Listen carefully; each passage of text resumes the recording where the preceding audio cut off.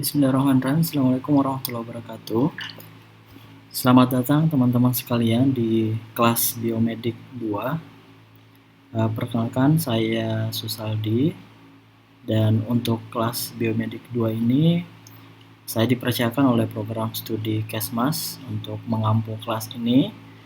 Dan untuk pertemuan kita pada kesempatan kali ini, kita belum masuk ke materi biomedik, tetapi kita akan masuk ke kontrak perkuliahan serta garis-garis besar materi dari kelas biomedik ini.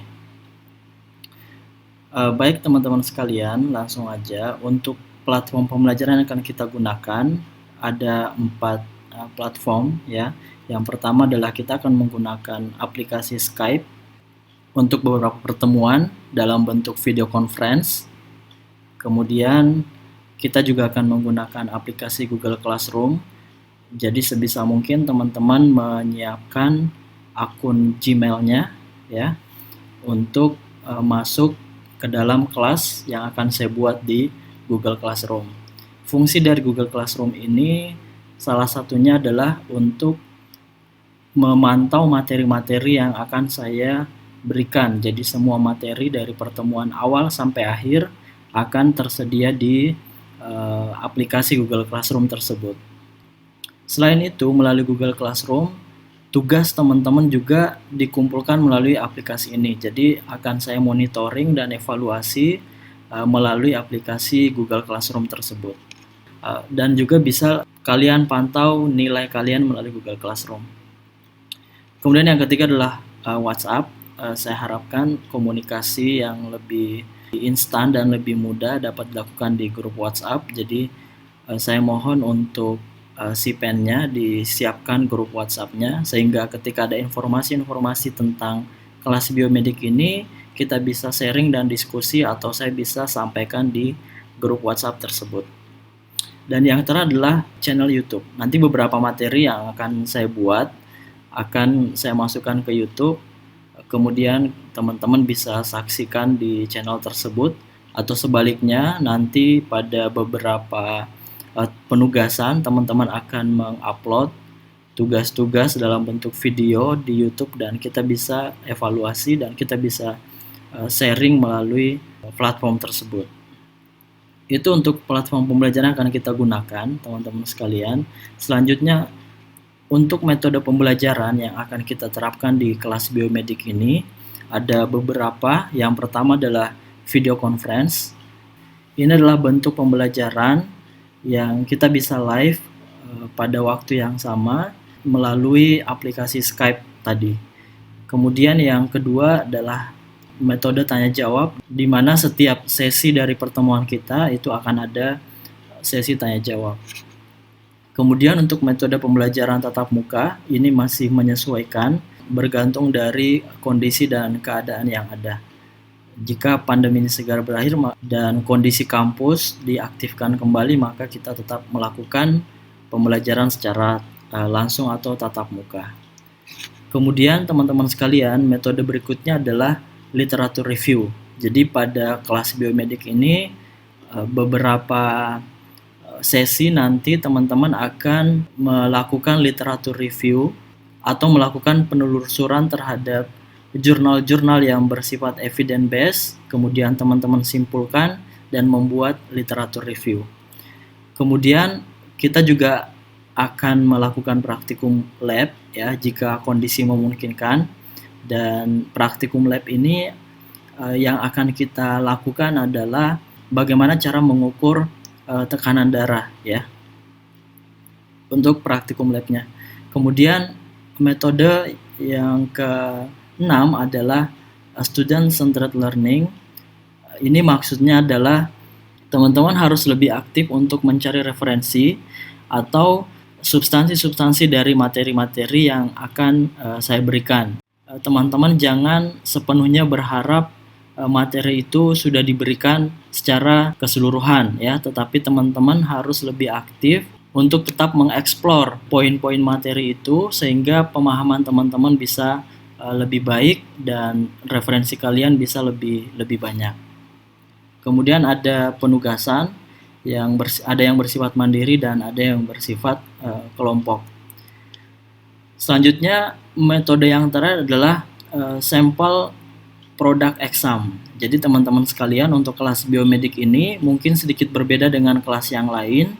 Kalau kelas yang lain ada ujian tengah semester dan ujian akhir semester, maka di kelas biomedik ini itu tidak ada, tetapi diganti dengan product exam. Jadi untuk ujian tengah semesternya nanti kalian melakukan literatur review, dan untuk nilai ujian akhir semesternya itu dinilai berdasarkan artikel ilmiah yang kalian buat dari literatur review tadi.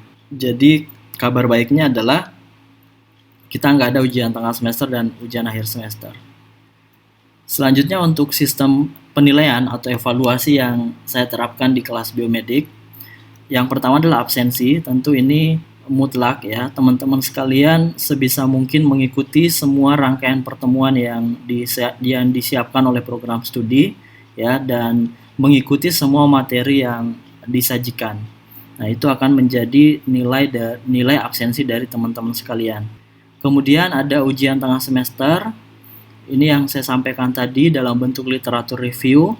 Kemudian ada ujian akhir semester dalam bentuk jurnal artikel ilmiah, tetapi artikel ilmiah itu kita sudah submission ke jurnal ilmiah ya, sehingga penilaiannya nanti berdasarkan dari submisi kalian masing-masing ya. Tetapi untuk artikel ini nanti akan dibuat dalam bentuk kelompok. Kemudian ada tugas mandiri, ini juga masuk ke dalam penilaian atau evaluasi, begitu juga dengan tugas kelompok. Kemudian ada kuis. Nah, kuis ini menyesuaikan ketika nanti kita bisa melakukan tatap muka di dalam kelas ya. Itu untuk sistem penilaiannya.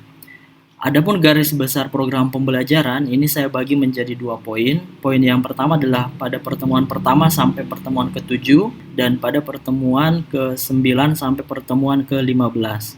Karena di pertemuan ke-8 itu adalah ujian tengah semester dan pertemuan 16-nya adalah ujian akhir semester. Nah, untuk tengah semester ini teman-teman sekalian di pertemuan 1 sampai 7, poin-poin yang akan kita bahas yang pertama adalah ada homeostatis. Ini menyangkut keseimbangan tubuh. Kemudian ada pengantar biokimia. Mungkin hanya bagian dari refleksi saja karena teman-teman udah dapat sebelumnya di biomedik 1 ya.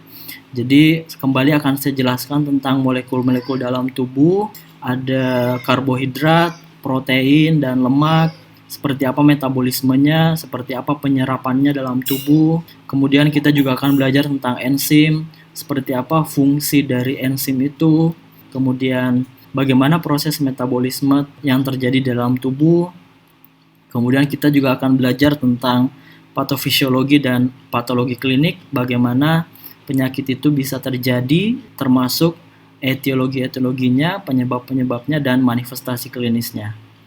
Itu untuk pertemuan 1 sampai ke-7.